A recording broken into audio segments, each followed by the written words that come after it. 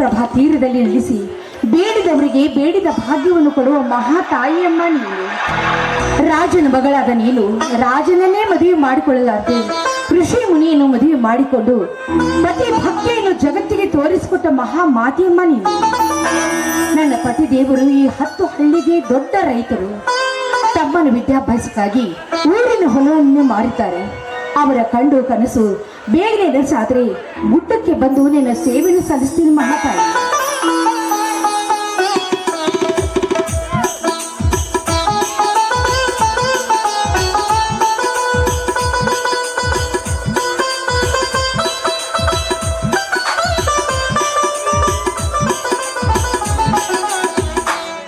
ಜಾನಕಿ ಜಾನಕಿ, ಈ ನಿನ್ನ ಪೂಜೆಯ ನಾದ ಮಲಪ್ರಭಾ ತೀರದಲ್ಲಿ ನೆಲೆಸಿರುವ ಆ ಜಗದಂಬ ತಾಯಿಗೆ ಕೇಳಬಂದಂತೆ ಭಾಸವಾಗುತ್ತಿದೆ.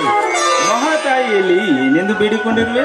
ಸಿದ್ಧಗಂಗಾ ಶಿವಾಚಾರ್ಯರಂತೆ 100 ವರ್ಷ ಬಾಳಲಿ ಅಂತ ತಮ್ಮನ ಭವಿಷ್ಯಕ್ಕಾಗಿ ನೀವು ಮಾಡಿರುವ ತ್ಯಾಗ, ನಿಮ್ಮ ಹರಕೆ ಬೇಗನೆ ಕೈಗೂಡಿದ್ರೆ ಗುಡ್ಡಕ್ಕೆ ಬಂದು ನಿನ್ನ ಸೇವೆ ಸಲ್ಲಿಸ್ತೀನಿ ಅಂತ ಆ ದೇವಿನ ನಾನು ಬೇಡ್ಕೊಂಡೆ. ಎಂತಹ ಆದರ್ಶದ ನುಡಿಗಳು! ಹಿರಿಯರು ಒಂದು ಮಾತು ಹೇಳಿದ್ದಾರೆ, ಸ್ತ್ರೀ ಎಂದರೆ ದೇವತೆ, ಸಂಹಾರಿಣಿ, ಲೋಕ ರಕ್ಷಕಳೆಂದು ಪೂಜಿಸುತ್ತಿದ್ದಾರೆ. ನಿನ್ನಂತಹ ಆದರ್ಶ ಹೆಂಡತಿಯನ್ನು ಪಡೆದ ನಾನೇ ಧನ್ಯ ಜಾನಕಿ, ನಾನೇ ಧನ್ಯ. ಗಂಡನೇ ದೇವರು, ಅವರ ಸರ್ವಸ್ವೇ ಒಂದು ಹೆಣ್ಣಿನ ಬಾಳಿಗೆ ಶ್ರೀರಕ್ಷೆ. 18 ವರ್ಷದವರೆಗೂ ತವರ ಮನೆಯಲ್ಲಿ ಇದ್ರೂ ಕೂಡ ಗಂಡನ ಮನೆಯಲ್ಲಿ ಅತ್ತೆ ಮಾವಂದಿರ ಸೇವೆ ಮಾಡಿ ಗಂಡನ ಸುಖ ದುಃಖದಲ್ಲಿ ಭಾಗಿಯಾಗಿರ್ನೇ ಕೊಟ್ಟ ಮನೆಗೂ ಹುಟ್ಟಿದ ಮನೆಗೂ ಕೀರ್ತಿ ಬರ್ತದೆ ಸ್ವಾಮಿ. ನೋಡಿ, ಇವತ್ತು ಭೀಮನ ಅಮಾವಾಸ್ಯೆ, ಅದಕ್ಕಾಗಿ ಸಿಹಿ ಅಡಿಗೆ ಮಾಡಿಟ್ಟಿದ್ದೀನಿ. ಬೇಗನೆ ನೀವು ಸ್ನಾನ ಮಾಡಿಕೊಂಡು ಪ್ರಸಾದ ಸ್ವೀಕಾರ ಮಾಡಿ. ಜಾನಕಿ, ಇನ್ನು ನಿನ್ನ ಮೈದುನ ಶ್ರೀಕಾಂತ್ MBBS ಪದವನ್ನು ಮುಗಿಸಿಕೊಂಡು ಊರಿಗೆ ಬರುತ್ತಿದ್ದಾನೆ. ಅವನಿಗೆ ಜೋಳದ ಬಾಣ ಎಂದರೆ ತುಂಬಾ ಇಷ್ಟ. ರೋಗಿ ಬಯಸಿದ್ದು ಹಾಲುವನ್ನ, ಡಾಕ್ಟರ್ ಹೇಳಿದ್ದು ಹಾಲುವನ್ನ, ಅಲ್ಲವೇ? ಅಂತೂ ನಿಮ್ಮ ಬೈಕೆಯಂತೆ ನನ್ನ ಮೈದುನ ಈ ರಾಮಾಪುರದಲ್ಲಿ ದೊಡ್ಡ ಡಾಕ್ಟರ್ನಾಗಿ ಬಡ ಜನರ ಸೇವೆ ಮಾಡಿ ನಿಮ್ಮ ಕೀರ್ತಿನಿದಂದ್ರೆ ಅಷ್ಟೇ ಸಾಕು ಸ್ವಾಮಿ. ಒಂದು ಕಡೆ ಆನಂದದ ಕಣ್ಣೀರು, ಇನ್ನೊಂದು ಕಡೆ ದುಃಖದ ಕಣ್ಣೀರು. ಇದೇನಿದು? 10 ಹಳ್ಳಿಯ ರೈತರ ಕಣ್ಣಲ್ಲಿ ಕಣ್ಣೀರಿ, ಏನಾಯ್ತು ಸ್ವಾಮಿ? ಏನೆಂದು ಹೇಳಲಿ ಜಾನಕಿ, ಏನೆಂದು ಹೇಳಲಿ? ತಮ್ಮನ ವಿದ್ಯಾಭ್ಯಾಸಕ್ಕಾಗಿ ನಮ್ಮೆಲ್ಲರಿಗೂ ಅನ್ನ ನೀಡಿದ ಭೂತಾಯಿಯನ್ನು ಮಾರಿ ದೊಡ್ಡ ಡಾಕ್ಟರ್ನನ್ನಾಗಿ ಮಾಡಿ ನನ್ನ ತಮ್ಮ ಕಷ್ಟಪಟ್ಟು ದುಡಿದು ಭೂತಾಯಿಯನ್ನು ಮರಳಿ ಪಡೆಯಬೇಕೆಂಬುದೇ ನನ್ನ ಬಯಕೆಯಾಗಿದೆ ಜಾನಕಿ, ನನ್ನ ಬಯಕೆಯಾಗಿದೆ. ಸ್ವಾಮಿ, ನೀವು ಮಾತ್ರ ಯಾವ ಕಾಲಕ್ಕೂ ದುಃಖಿಸಬೇಡಿ. ಯಾಕೆಂದ್ರೆ ನನ್ನ ಮೈದುನ ಸತ್ಯ ಹರಿಶ್ಚಂದ್ರ ಕೊಟ್ಟ ಮಾತಿಗೆ ಯಾವತ್ತಿಗೂ ತಪ್ಪುವನಲ್ಲ. ನಿಮ್ಮ ಆಸೆಯಂತೆ ದೊಡ್ಡ ಡಾಕ್ಟರ್ನಾಗಿ ನಿಮ್ಮ ಆಸೆಯನ್ನು ಈಡೇರಿಸ್ತಾನೆಂಬ ನಂಬಿಕೆ ನನಗೂ ಕೂಡ ಇದೆ. ಜಾನಕಿ, ಎಂತಹ ಆದರ್ಶ ನಾರಿ ನೀನು! ಈ ನಮ್ಮ ಮನೆತನ ಬಂಗಾರದ ಕಳಶ ಇದ್ದ ಹಾಗೆ. ಪರರ ಚಿಂತೆ ನಮಗೇಕೆ ಬೇಕು ಎನ್ನುವ ಈ ಕಾಲದಲ್ಲಿ ನಿಜವಾಗಿ ನಿನಗೆ ದೇವತೆಯನ್ನೇ, ದೇವ ಮಾನವರನ್ನಲೇ ಅಥವಾ ದೇವರ ರೂಪದಲ್ಲಿ ಬಂದ ರೇಣುಕಾ ಮಾತೆಯನ್ನಲ್ಲಿ ನನ್ನ ಪಾಲಿನ ಧರ್ಮ ದೇವತೆ ಜಾನಕಿ, ನೀನು ನನ್ನ ಪಾಲಿನ ಧರ್ಮ ದೇವತೆ.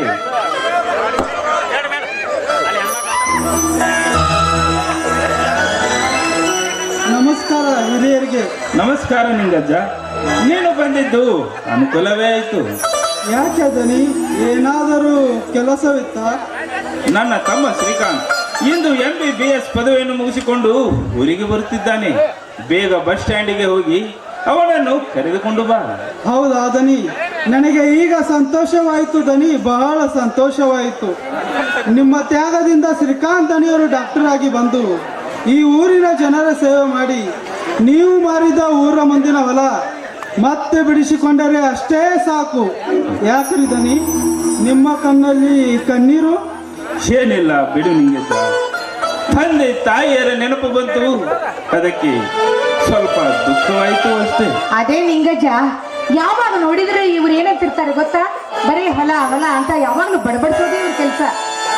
ಹೌದು ತಾಯಿ, 10 ಹಳ್ಳಿಯ ಆದರ್ಶ ರೈತನೆಂದು ಕರೆಸಿಕೊಂಡಿರುವ ದನಿಯವರಿಗೆ ದುಃಖ ಬರುವುದು ಸಹಜ ತಾಯಿ. ಯಜಮಾನ್ರೆ, ಅಮ್ಮವ್ರೆ, ನೀವೇನು ಚಿಂತಿಸಬೇಡಿ ದನಿ, ನೀವೇನು ಚಿಂತಿಸಬೇಡಿ. ಚಿಕ್ಕ ದನಿಯವರಿಗೆ ನಾನು ತಿಳುವಳಿಕೆ ಹೇಳಿ ಊರ ಮುಂದಿನ ಹೊಲ ಮತ್ತೆ ಬಿಡಿಸಿಕೊಳ್ಳುವ ಜವಾಬ್ದಾರಿ ನನ್ನದು ಯಜಮಾನ್ರೇ, ನನ್ನದು. ಆಯ್ತು ಆಯ್ತು ನಿಂಗಜ್ಜ, ನೀನು ನಮ್ಮ ಮನೆಯ ಹಿರಿಯ ಸಹೋದರ ಇದ್ದಂತೆ. ನಿನ್ನ ಮಾತನ್ನು ಕೇಳಿ ಸಂತೋಷವಾಯಿತು. ಆ ನಿಂಗಜ್ಜ, ಬೇಗ ಚಕ್ಕಡಿಯನ್ನು ತೆಗೆದುಕೊಂಡು ಹೋಗಿ ನನ್ನ ತಮ್ಮನನ್ನು ಕರೆದುಕೊಂಡು ಬಾ. ಟ್ರೈನ್ ಬರುವುದು ಲೇಟ್ ಆಗುವುದು. ಊಟ ಮಾಡಿಕೊಂಡು ಹೋಗು. ಎಲ್ಲಿ ಊಟ್ರಿ ದನ್ಯಾರ? ಮೊದಲ ಶ್ರೀಕಾಂತ್ ದನಿಯವರು ಕರೆದುಕೊಂಡು ಬರುತ್ತೇನೆ, ಆಮೇಲೆ ಎಲ್ಲರೂ ಸೇರಿ ಊಟ ಮಾಡಿದ್ರೆ ಆಯ್ತು. ನೋಡಿದೆಯಾ ಜಾನಕಿ, ನಿಂಗಜ್ಜನ ಮಾತುಗಳನ್ನು ಕೇಳಿದರೆ ದುಃಖವೆಲ್ಲ ಮಾಯವಾಗಿ ಹೋಗುವುದು. ಜಾನಕಿ, ನಾನು ಪೇಟೆಗೆ ಹೋಗಿ ಕಾಯಿಪಲ್ಲೆ ತರುವೆ. ಏನೇನು ಬೇಕು ಹೇಳುವೆಯಾ? ಏನೇನು ತಗೊಂಡ್ಬರ್ತೀರಾ? 1 ಕೆಜಿ ಹುಣಸೆ ಹಣ್ಣು, 1 ಕೆಜಿ ಬದನೆಕಾಯಿ, ಆಮೇಲೆ ಆಲೂಗಡ್ಡೆ ತೆಗೆದುಕೊಂಡು. ಎಲ್ಲ ಸರಿಯಾಗಿದೆ. ಇನ್ನೊಂದು ಮರ್ತಿರುವೆಲ್ಲ, ಯಾಕೆ? ಏನ್ರಿ ನಾನ್ ಮಾಡ್ತಿದ್ದು? ಅದೇ ರಾತ್ರಿಯಲ್ಲಿ ನಿದ್ದೆ ಇರಿಸುವ ನುಗ್ಗಿಕಾಯಿ ಉಳ್ಳಾಗಡ್ಡಿ. ಏನ್ರಿ ನೀವು ಹುಡುಗಾಟಿಕೆ? ಏನ್ ತಗೊಂಡ್ಬರ್ತೇವೆ? ತಗೊಂಬರ್ರಿ. ಜಾನಕಿ, ಬಾ ಹೀಗೆ. ಅಯ್ಯೋ, ನನ್ ತುಂಬಾ ನಾಚಿಕೆ ಆಗುತ್ತೆ. ಹಕ್ಕಿಗೆ ಹಾರಾಡಲು ಆಕಾಶ ಚಂದ, ಮೀನಿಗೆ ಈಜಾಡಲು ಸಾಗರ ಚಂದ, ಬಾನಂಗಳದಿ ಸೂರ್ಯ ಚಂದ್ರದಿಂದ, ಈ ನಿನ್ನ ಕೋಗಿಲೆ ಕಂಠದಿಂದ ನನ್ನ ಮನಸ್ಸೆನಿಸುವುದೇ ಬಲು ಚಂದ.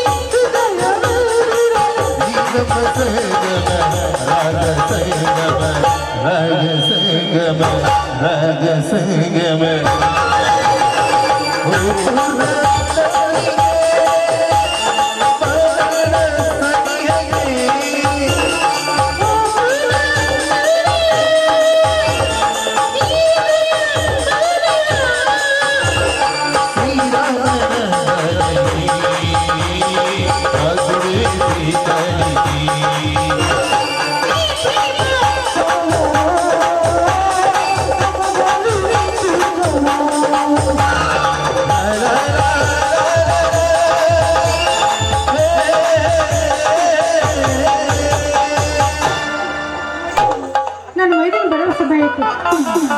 ಹೋಗಿ ಕಾಯಿಪಲ್ಲೆ ತೆಗೆದುಕೊಂಡು ಬನ್ನಿ. ಆಯ್ತು ಜಾನಕಿ, ಈಗಲೇ ಬರೋಣ. ಆದಷ್ಟು ಬೇಗ ನನ್ನ ಮೈದಾನ ಬರೋ ಹೊತ್ತಾಯ್ತು. ಬೇಗ ಅಡಿಗೆ ಮಾಡಿ ನಾನು ದೇವಸ್ಥಾನಕ್ಕೆ ಹೋಗ್ಬೇಕು.